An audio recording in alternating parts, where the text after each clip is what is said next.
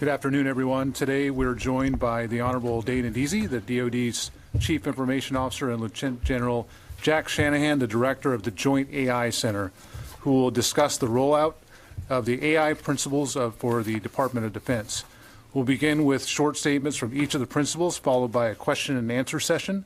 When the questions and answer session begins, please raise your hand and I'll call on you. Please identify your name and organization before asking your question. I'll ask that we ask one question at a time. That way we can get through all of your questions, and then we'll cycle back through. With that said, I'll now turn it over to Mr. Deasy to begin today's session. Thank you. Is this on? I guess. Yeah. Okay. Well, good afternoon, and thank you for all coming today. It's great to have so many of you with us. It's exciting to learn about our formal adoption of ethical principles for artificial intelligence. Our work here today builds upon centuries of our nation's honorable service in the defense of the nation and our consistent commitment to upholding our values. In 2018, the Department of Defense issued the National Defense Strategy, which stated that the DoD will accelerate the adoption of artificial intelligence in order to ensure and extend our competitive military advantage. Secretary Esper has consistently stated that the AI is his #1 technology modernization priority for the DoD. The Department's AI strategy, which was included as an annex to the NDS, has one of its core pillars to lead in military ethics and AI safety. For this reason, the Department tasked the Defense Innovation Board to propose AI ethical principles for the Department of Defense.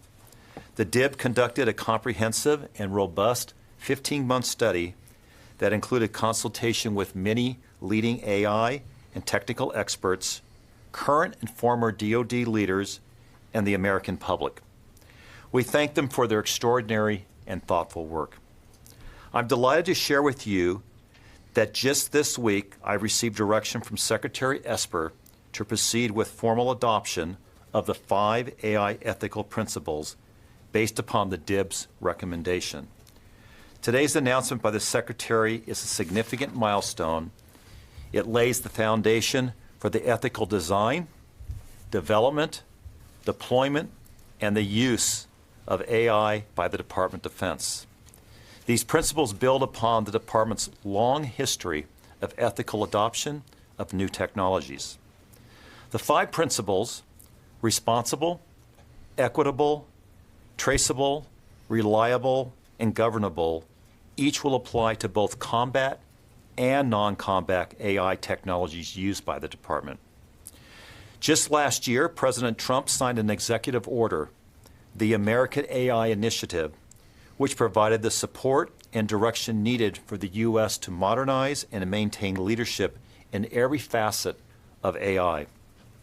This extends to the private sector and internationally, where the DoD is working closely with important stakeholders in the American tech industry, academia, and our allies and partners. In addition to the DoD CIO and the JAIC, both acquisition and sustainment and research and engineering are integral partners when it comes to implementing these new principles.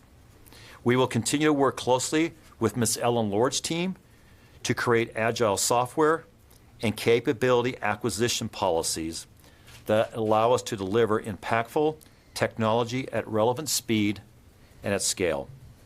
We are committed to fostering AI collaboration with R&E under the direction of Dr. Mike Griffin to advance the state-of-the-art of intelligence, artificial intelligence, finding innovative solutions for our warfighters. Most of you have heard me say by now that AI is one of the key components of the DoD digital modernization strategy. An enterprise cloud capability is the foundation to modernize our digital infrastructure at DoD. The new AI technologies will provide effective systems for the warfighter to operate in both combat and non-combat operations. Building on cloud and AI, I cannot stress enough the importance of command, control, and communications. We must have top-of-the-line systems for warfighter communications. Finally, every system that DoD deploys must have secure networks. Cybersecurity should be baked into every system from start to finish. AI technology will truly provide the warfighter with the transformative tools needed to remain competitive in a constantly evolving global threat environment.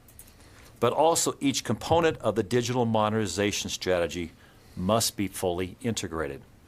I will now turn it over to Director of the JAIC, Lieutenant General Jack Shanahan, who will tell you more about JAIC's leadership and coordination of the DoD's implementation of these principles.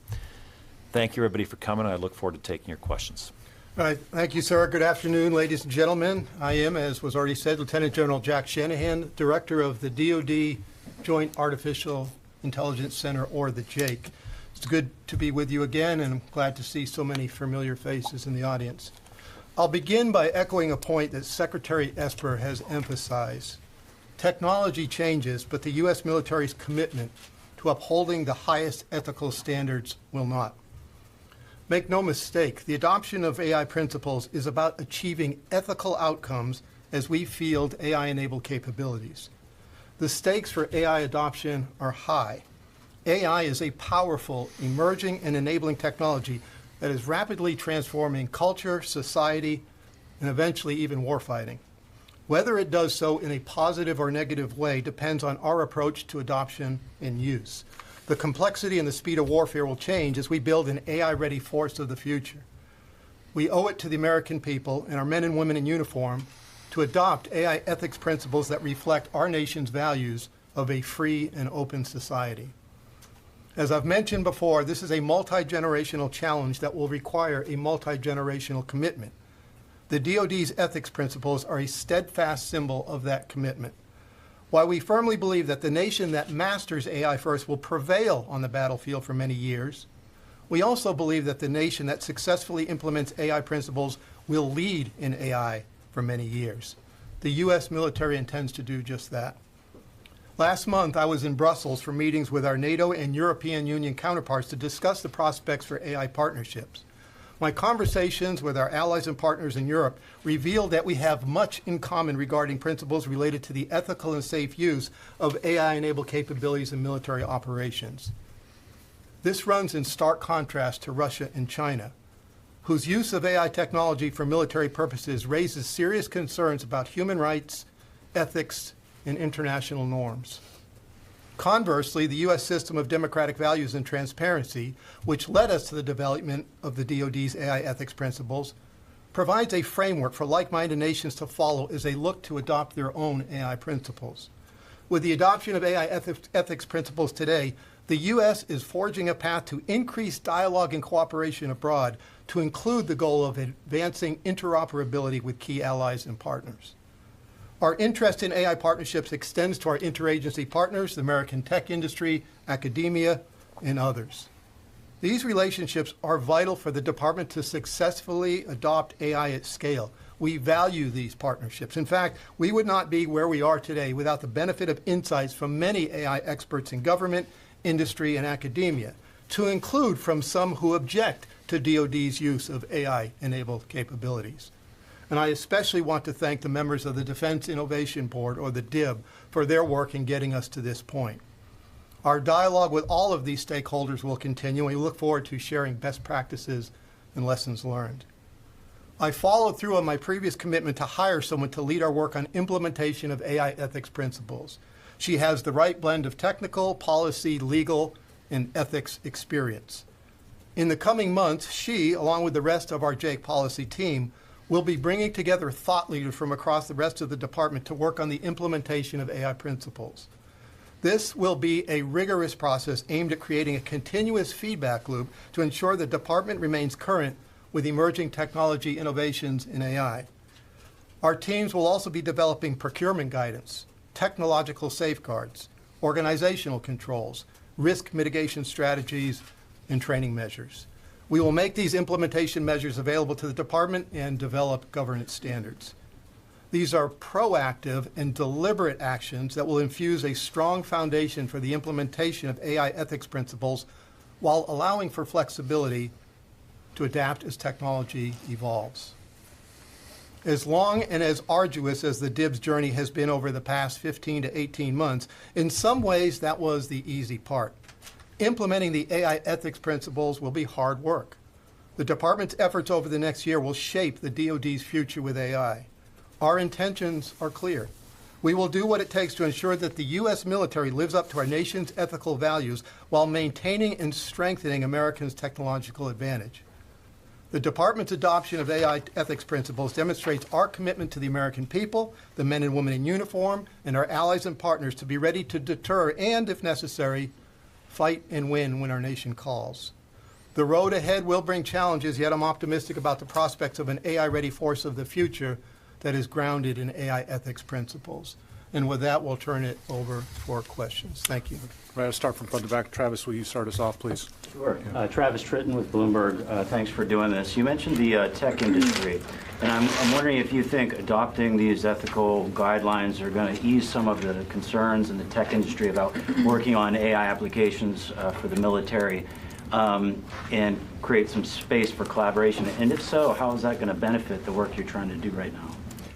Yeah, we would be doing these AI ethics principles regardless of the angst in the tech industry. And sometimes I think the angst is a little hyped, but we do have people that have serious concerns about working with Department of Defense. However, we do see this as a unique opportunity to work with the tech industry and academia on a set of principles. I think that we'll find we have far more in common than we do differences.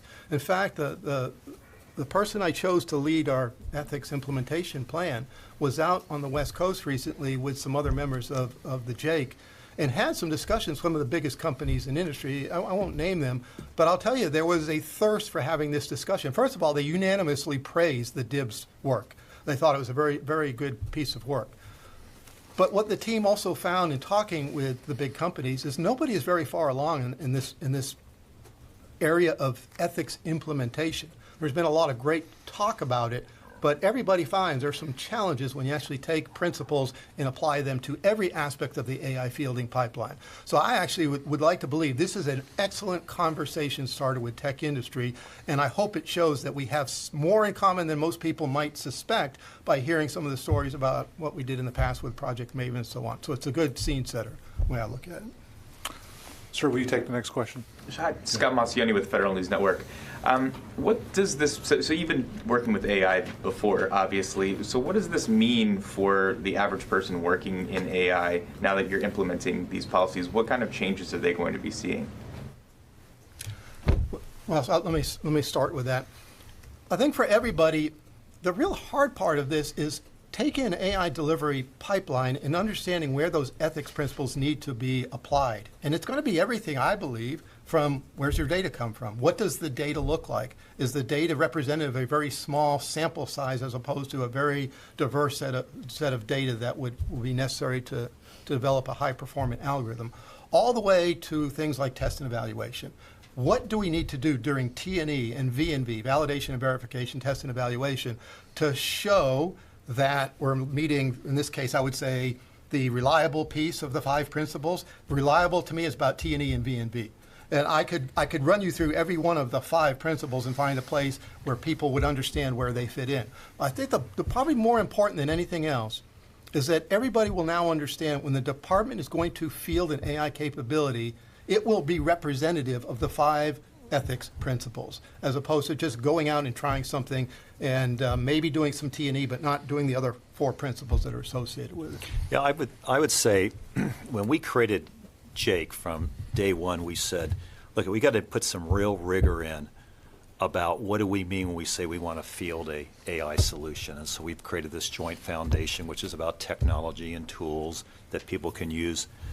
But one of the things we've always said throughout this is we always knew that if we got the AI principles right, which I absolutely believe we've gotten right here, this will bring even more structure and discipline for how we go about building solutions, fielding solutions, and the ongoing operations of those solutions. So I think this is additive from how the average AI technician might see their job in terms of bringing more discipline to the process. And if I might just go back to something you said earlier, and I'll tie 2 things together. Sometimes speed to market in tech industry matters more than anything else. That's not the case with Department of Defense. We will move as fast as we can, but while abiding to these 5 principles. I think that's very important. Ma'am, go ahead. Hi, Courtney Cuby with NBC News. General, I want to ask you about something that you said in your opening, that the nation that masters AI first will prevail on the battlefield. Do you think China has mastered AI first, and does that give them a technological advantage over the United States? No, I do not think that China has mastered AI. We know that a lot about China. Some of what we know is on the open side, some is on the classified side. I tell you what we know is their intent is to move fast and aggressively with high levels of investment and extraordinary large numbers of people to advance AI. They're running into the same challenges in adopting AI as any country in the world is. Their data problems are representative of our data problems, just different problem sets. So I give them credit for having the intention from the chairman C level on down to sort of the prefecture, nationwide intent to lead in AI by 2030. That doesn't mean they have mastered AI, and I strongly suggest they do not. The United States has very deep structural advantages in everything from, say, hardware and microelectronics to our academic institution, to our talent and our agility and our ability to innovate and be agile. However, we can't afford to slow down either. Those structural advantages will not be in place forever. We have to keep at this and move very aggressively ourselves. I do not believe, in sitting here in this room this afternoon, that China or Russia are having any sort of conversation like we're having today.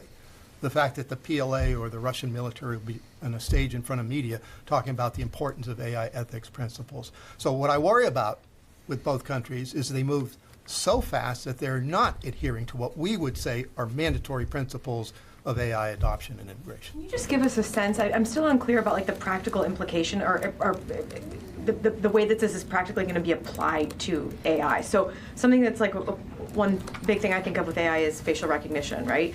We know a little bit about how China might apply that, but what would be the difference between how the U.S. would apply it given these ethical? Well, let me give you two-part answers to that. First of all, the idea of test and evaluation, validation and verification. I would suggest that some authoritarian nations are less concerned about high performance of algorithms and more just, okay, we will make some mistakes and accept those and move on. We will not field an algorithm until we are convinced it meets our level of performance and our standard. And if we don't believe it can be used in a safe and ethical manner, we won't field it. One of the principles, the first principle that we're adopting is the idea of responsible. So translate the word responsible is accountable. We have a strong track record in the Department of Defense of holding people accountable for mistakes that happen in a battlefield situation. So part of responsibility is determining who in the AI fielding pipeline is held accountable for a product that might have mistakes once it's fielded. So I think those are two that come to mind. I think the one I'd add is this one around equitable. So everybody knows that one of the successes with AI is being able to accumulate mass quantities of data. The more data you can feed an AI algorithm, the more you start to get to a solution set that allows you to then take decisions from it. But we also know you need to be very, very thoughtful about where that data is coming from, what was the genesis of that data, how was that data previously being used, and then you can end up in the state of unintentional bias, and therefore can end up developing a solution that will create a certain algorithmic outcome that's different than what you're actually intending. How much time they will spend on truly trying to appreciate that sort of data, where they've collected from, and what bias may be embedded in that data is questionable. Sydney, will you take our next question, please? Thank you. Gentlemen, thanks for joining us today. I mean, the obvious question is the principles, there's been a discussion about them. As it is, they're, on themselves, they're admirable but almost unbearably vague in application, which I think is driving a lot of the questions of my colleagues. In DoD, it's all about the implementation guidance, about the big, thick documents that people have to actually go through, the checklist that go off. How are you getting with this new employee, who we'd love you to name, from these very broad principles and goodwill to specific actionable guidance for different people in the department, different organizations at different steps of that pipeline you've mentioned? Yeah, so I'll take that one to start with. So I would say that we're actually in step 2. Step 1 was the signing of the memo that took place. Step 2 was now starting communications. It's really important that we get out and actively communicate what we mean by this. The very question that you raise is a very appropriate one. So what do we mean by actually implementing this? So the way we've done this is we've stood up a DoD AI Executive Steering Committee. We already knew that these principles were coming, so there's a subgroup underneath that AI Executive Committee that will deal specifically with this. And what is this that we're talking about? So there is how you actually bring data in. What are the questions we need to ask ourselves? I just gave you that whole example on unconscious bias or unintended bias. Two is, how do you actually develop a solution? And then in that development process is, what principles will we use and how someone would actually build the application itself, the algorithm. Then there's the testing of that. What are the principles that you have to apply to those 5 that we just outlined around how are you actually going to test to see if you're getting to the results that were, for example, within the parameters of success?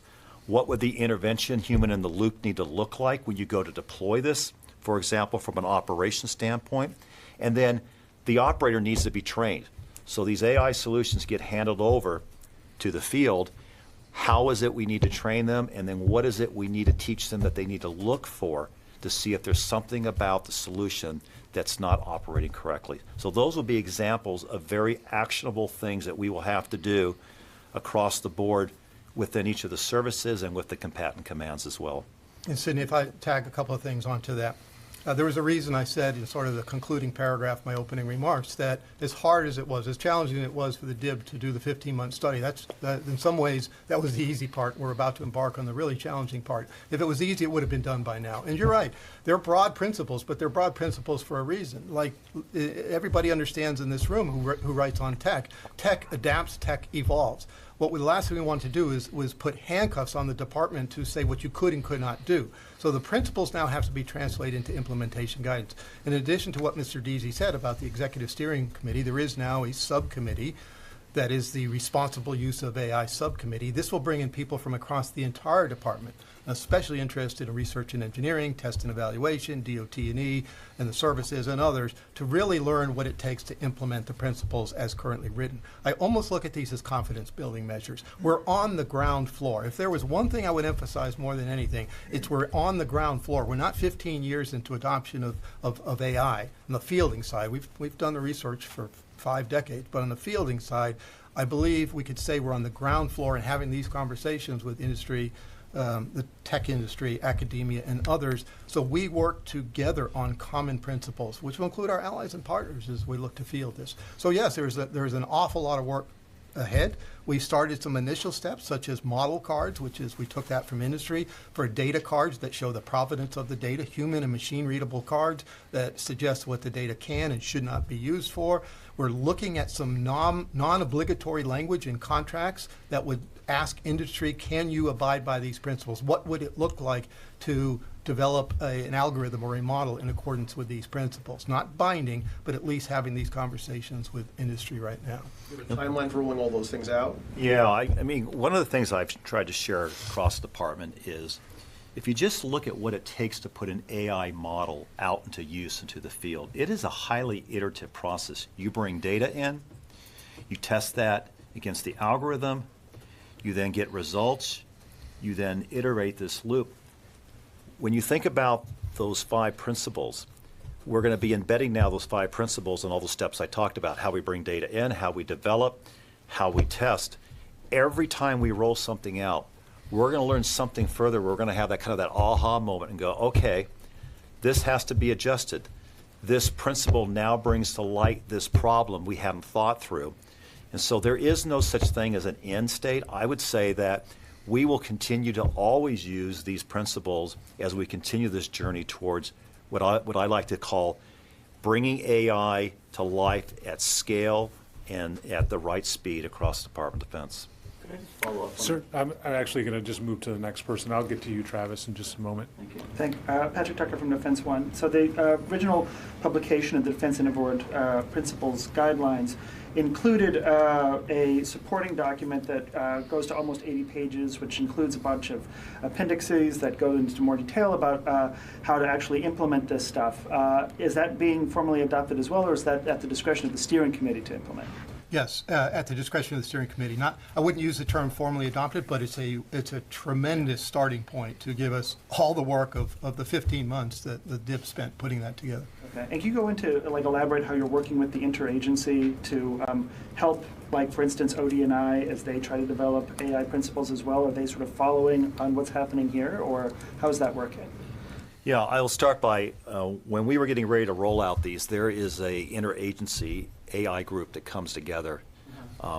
We sat down, we walked through that. Many of them made the comment that these are so foundationally applicable to other agencies across the government that I think we've actually helped create a blueprint that other agencies will be able to use as they roll out their appropriate adoption of AI ethics. Yeah, that's the AI Select Committee, and the IC is represented in that. So I have a close relationship with Dean Solelis on the AIM initiative, or the Innovation Hub. As they go forward with sort of principles, you won't find much difference. In fact, as the White House looks to release some AI principles this summer, you will find strong similarities between our sets of documents, not surprisingly.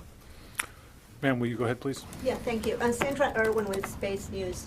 Following up on that question on the intelligence community, some of the agencies use AI extensively in support of DoD. So how does that work? Do they have to follow DoD guidelines, or will they have to follow whatever guidelines DoD&I adopts? There won't be nothing that, when we're working with somebody else from across the interagency, that would be sort of the line you shall not cross. These are principles. We will discuss those as we're looking to bring in a certain technology from commercial industry or academia. And that's largely what my mission, at least in the JAIC, is to bring in capabilities that exist in academia and industry today that's considered state-of-the-art, and then get into the fielding part of it. But in these discussions across the interagency, and again, I go back to what the White House is working on, those will be coordinated across the entire United States government. And when you compare their eventual document with ours, the words won't be precisely the same, but the spirit and intent will be the same. And so I just don't think it's going to be that hard to work across the interagency. I think the important part is bringing people together to have the discussions about what DoD is doing versus what some other part of the United States government is doing. And when are these discussions going to be taking place? As we get the subcommittee up and running, and pretty much we're already ongoing, even though we didn't have a formal executive steering group established, we've been having these discussions. We've been working throughout the entire interagency. For us, the relationship we have with GSA AI Center of Excellence has been a very strong one, so some of these discussions have been going on already with them in the White House. Yeah, you should hold that, even though the Secretary's letter was issued today. This conversation and knowing the steps that we would need to take, we've started between General Shanahan and myself and the entire JAIC team and the services has been well underway already. So it's not like we're starting from ground zero today. Justin, go ahead. Thanks. Justin Doubleday with Inside Defense. Just really quickly following up, then I have another question. Who's on the steering committee? Who leads the steering committee? The individual that I mentioned, and I don't want to give her name out right now. Her name will become known not too far down the road. She leads the subcommittee. I am the director of the executive steering group. Then there's a DoD AI working group, which brings people throughout the entire department together. This responsible use of AI subcommittee will be, I think, even a little broader, to bring in some of the people from across the interagency to have these discussions, because nobody has solved this yet. I go back to what I said earlier about industry. They're wrestling with the very same challenges of how to take very broad documents to talk about principles and turn them into actionable items. And then so some organizations have recommended that DoD update its lethal autonomous weapon system, DoD Directive 3000.09. Do you see a need to review that and potentially update that right now? Let me just clarify. The title of Autonomy in Weapon Systems is the DoD Directive 3000.09. Those discussions are ongoing. That document was written really in a pre-AI time. A lot of it applies to AI capabilities, but we tend to conflate AI and autonomy as opposed to AI-enabled autonomous systems. As we build a directive that applies for AI across the department, we're going to look at how do we bring those principles in and that guidance into maybe another document. Is that something the executive committee is reviewing? We will talk about that through the executive steering group. Zach, go ahead. Thanks. Zach Biggs with Center for Public Integrity. So I wanted to ask about the sort of responsible, accountable question. Obviously, there are systems that are currently being developed. By 2021. You're looking at your first lethal application of AI as part of the JAKES process. It's iterative, I grant, but right now, what do you view as responsible meaning? In terms of a commander, is it accountable? The commander is responsible? What are you viewing as that obligation? And granting it'll evolve. Right now, when you're developing systems, what does responsible AI mean? That is part of what we need to work through when we look at everything from 3000.09 to what are the capabilities we're talking about. We do not have capabilities being fielded right now that have us to the point in the department where we have anything closely resembling lethal autonomous weapon systems. By having us on the ground floor and doing table talks and tabletop exercises and work through some scenarios, we begin to draw out some of those points in the development process where we would have to question who is held responsible. All the way from what does it look like on the software development side of the house to the fielding side. Because I've spent 35 and a half years in uniform, I come from a place where we hold people accountable in battlefield operations. That's not going to change whether AI-enabled capabilities are in the battlefield. We will still adhere to those principles. We will investigate. We have a long track record in the Department of Defense of investigating when things go wrong and holding somebody accountable. What we don't have a full appreciation of, which gets to your point, is where in an AI fielding process do all those come into play? That's part of what we're going to be addressing through this subcommittee. You know, part of responsible depends on where you are on the AI cycle.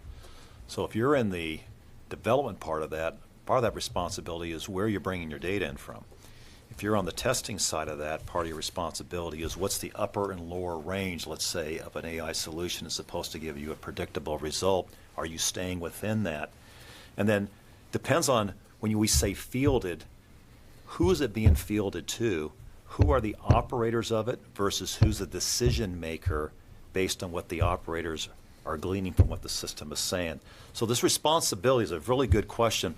Part of why we have to get started is we're going to learn through the first few of these how we think about responsible through each part of that phase of rollout. Just to follow, right now, is there any sort of delay that will be caused in terms of fielding so that you can sort out the responsibility question? Or no, the department's moving forward with development of capabilities. We will do this commensurate with development of those capabilities. And let me go back to something you said earlier, and it's a good question. If I go back to my time in Maven, there's still humans all over the loop in Maven capabilities. So we're sort of doing this incremental. You acknowledge the evolution of technology, and that's going to be the case with AI. It's going to be humans, human-machine, and at some point machine-to-machine. Machine-to-machine on a higher advanced capability as opposed to sort of the standard just command and control communications machine-to-machine that goes on today. At every step of the way, we'll be learning those lessons. Go back to what Mr. Deasy said earlier about a process by which we will continually review and assess how we did in previous fielding capabilities, learn from that, and then adopt. You know, again, the principles are broad for a reason. We're going to apply those and then get more specific as we learn through the fielding process. So if you think about the fact Jake is just now a little over a year old. We actually stood up the Defense Innovation Board with this work way back when Jake was being stood up. And one of the reasons why I did that was I knew that someday we would be running into this concern of have we built smartly all of these principles? We've talked about that. And so this was one of the things I saw that very early on we had to get done for us to be able to start doing more and more AI rollout at scale.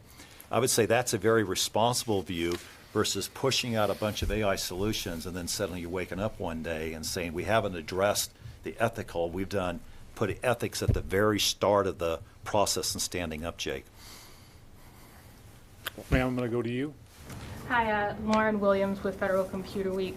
General, earlier you mentioned including non-obligatory language into contracts for, I guess, would it be the defense contractors. How does the DoD plan to enforce that or assess whether these companies would be abiding by these principles? No, thanks. I would say I'm not suggesting enforcement at the beginning of it. These are early conversations to be had with our industry partners to say, now that we have established these 5 principles for AI ethics, could you develop capabilities that address each of the 5 at some point along the way? And maybe it's not all 5, maybe it's on the reliable piece of it, which is more on the T&E, which we have been doing very deliberately through my Project Maven days, and now some of our early Jake work is really focusing on what T&E and validation and verification looks like. So I'm not suggesting that we would go out and put language in that has to be enforced. Far too early in the process for that. But what I'm really excited about is the opportunity to speak with our industry partners just to have this conversation. And it turns out the biggest companies of the world, the startups of the world, anybody who's in AI want to have this conversation. It's in their best interest to be developing capabilities in accordance with the principles as well. They must just have a slightly different flavor in their own company. I'd actually say that by these principles now being rolled out, think about what it gives the marketplace. It gives them access into how we think, what's important to us, how do we want to drive AI. And I think this will actually stimulate the marketplace and now start to create technology to solve very specific problems if you look across each of those 5 principles. Some of those principles will need some unique technology solutions to help bring those to life. Sir, go ahead. Jackson Barnett with FedScoop.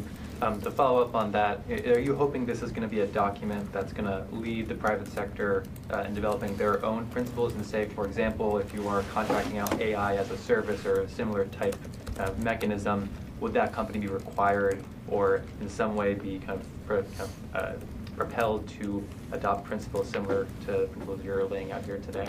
Yeah, I'll start by saying, having been on both sides, there is nothing in these principles as you read them that are uniquely and only specific to the DoD. Any one of these is absolutely applicable to the private industry as well. Now, am I trying to suggest that we are going to be the leaders in driving that in the corporate world? No, the corporate world will pick up at that and deal with it in the appropriate way. But I think the application of how you could apply these are very applicable to private industry. And the only thing I would add is that we would not say that DoD has the answers. We have some answers. We want to understand what else is out there. So just to what Mr. Deasy said, we're going to learn as much from industry and academia. We're just proud of the fact that the Secretary of Defense has put his signature on this memo, and we're tasked to implement them. If I could just clarify one thing, is this a straight copy and paste from what the DIB submitted? Was there any changes in the draft from what they submitted?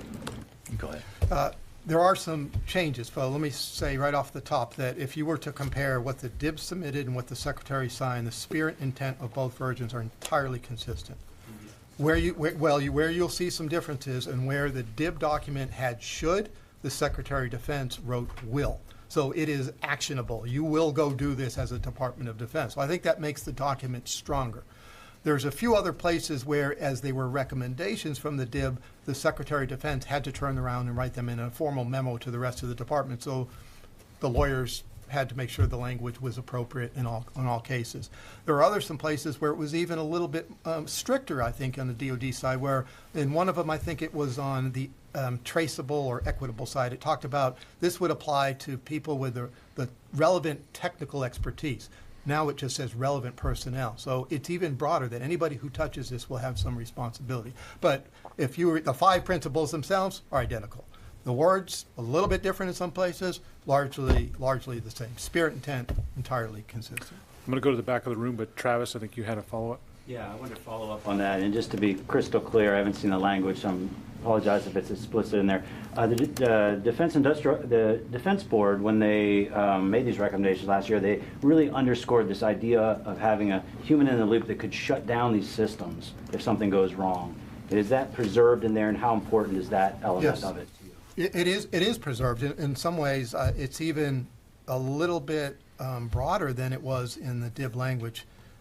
It says now, so the end of the sentence, possessing the ability to detect and avoid unintended consequences and to disengage or deactivate deployed systems that demonstrate unintended behavior. That could either be human or automated ways of doing that. So again, the language is consistent between the two. This just is a little bit broader applicability to how that would actually happen. It doesn't specify human or automated ways of disengagement. It just says there has to be a way to disengage or deactivate deployed systems that demonstrate unintended behavior. And you should note that this wasn't a case of the DIB wrote these, hand them over to us, and then we went alone at it. We've had the DIB in for, multitude of conversations, some really good, healthy discussions, debates, working through what they came up with and sharing with them how we were going to enhance them, change some wording, so it made more sense in terms of how the Department of Defense talks. Sir, you've had your hand up. Go ahead, please. Matt Baynard, Defense Daily. I was just wondering about Jake's current national mission initiatives. Any updates you're able to provide in terms of how far along those are? I know like the Black Hawk maintenance tool, disaster relief, and then just any new NMIs that have started since the new year. Yeah, I don't want to get into a lot of details in this setting, but we are making progress on our cyber defense mission initiative, as well as a warfighter health one, which is still one of our earlier ones. But we've assembled a very capable team led by actually a Navy 06 active cardiac thoracic surgeon who wrote a War College paper on AI for medicine. So I think we got a unicorn leading our warfighter health initiative. And all the surgeons generals from the rest of the services have been happy to provide bodies to us because they don't have the capacity to do it. And then broadly, one that we've talked about called joint warfighting, looking at different capabilities having to do with terrestrial surveillance capabilities, sort of small UASs for perception, cognitive assistance, and so on. And then the one that we're really sort of picking up steam on that Mr. Deasy is very familiar with, what I would call intelligent business automation or process automation. Those are the places where we're going to find nearer-term return on investment, which are not pure AI capabilities, but I've got a superstar leading that project who's really working across all the services. There's a thirst for getting that fielded very quickly. I think one of the ones that I'm most excited about is the one that every time when we meet, I always say, how is it going? And that is the Joint Common Foundation. I've always said Jake's success lies in its ability to scale at speed, but create repeatable processes, technology tools, libraries, and so there's this whole foundation that is being built that is starting to pick up some real momentum, and this is what the services will be using as they start to build and deploy their solutions. Next question, please. Ma'am, go ahead. National Defense. A lot of conversation was about how this would affect industry and whatnot, but what kind of role did they play in actually drafting them, if any? I mean, what kind of feedback did you get? In the principles that the DIB, in the report that DIB wrote, they engaged industry throughout the entire 15-month period. They had very open sessions, bringing in academic expertise, industry experts, open to public to come in. And as I said in my remarks, people that objected, did not like the fact that DoD is using AI-enabled capabilities, had a chance to come to the table and express why they didn't like the fact that DoD would be adopting AI-enabled capabilities. So industry was infused throughout. In our conversations, I'll go back to something Mr. Deasy said earlier, even before the publication of the DIBS report, we were having conversations with industry, but they were a little broader because we didn't have the principles set yet. We just wanted to know if we are going to field a capability. So I always go back to the one that we call reliable. That's the one I think we put the most time and thought into in Project Maven in the beginning of Jake, is how do I know that this will perform as advertised once fielded? That's the test and evaluation, validation, and verification. And even when a capability is fielded, there has to be real-time feedback on things that it is performing against in the real world, as opposed to the data sets that were representative of the real world, but things happen differently when you get into those situations. So then we have to update the test and evaluation as we put new models out the door. So industry has been in this conversation throughout, to include this visit that I mentioned. Our team went out to the West Coast last week. Very, very eager to have this conversation. Even some that have some reluctance about things like Project Maven are enthusiastically coming to the table to talk about the AI ethics principles. So really a conversation everybody wants to have. It's a way to get ourselves in the door more often than not. When I meet with CEOs of these industries, the first question is, do you think we got these right? Is there anything you think we're missing? And they immediately want to start having a conversation about what can they provide in terms of solutions now that can help us actually bring these to life. So, classic model of they're starting to look at what the business opportunity is, that they can now take these principles and create solutions for us. That's what the conversations are that I'm having with ministry, is they're wanting to talk about how can they actually start to help us create solutions around these things. I think we have time for one more. Justin, go ahead. I just wanted to ask, one of the interesting things about Project Maven was the fact that, or that the controversy within it was that Google was able to keep its relationship with the project secret until an employee discovered it. I know a lot of the work that you guys do is classified for national security reasons, but to what extent can you commit to transparency in who you're working with in the commercial sector on these problems? Maybe I'll answer the question in a slightly different way and say, if we would had the AI ethics principles 3 years ago or 2.5 years ago, and our starting point with one of the big tech companies was that, and we were transparent about what we were trying to do and why we're trying to do it, maybe we would have had a different outcome. You've heard me talk before. There's lessons learned on both sides about how that played out. But if we could at least have a starting point of the Department of Defense intends to abide by these AI ethics principles. Now, with that in mind, here are the capabilities that we're looking for. And then we start the conversation there. We didn't know that at the time. It was brand new to the department. We were trying to accelerate what we were doing. We knew some core principles were in play. We just didn't have them defined in the very nice way that the DIB has done, and now the Secretary of Defense has promulgated the rest of the department. So I think it would have been a different conversation if we had had the principles 2.5 years ago or 3 years ago, as opposed to where we are today. But on the other hand, I think everybody's trying to work hard at improving their relationships with the Department of Defense. Okay. All right, ladies and gentlemen, that'll conclude our press conference today. There will be a transcript posted to defense.gov later in the evening. And there's also, you'll find online the live stream. I believe that's been delayed momentarily, but that'll be up as well, so you can review both of those products if you have got questions. If you have follow-ups, I'm available as well. Most of you have my contacts or Lieutenant Colonel Carver's as well. So thank you very much, and we'll see you next time. Thank you.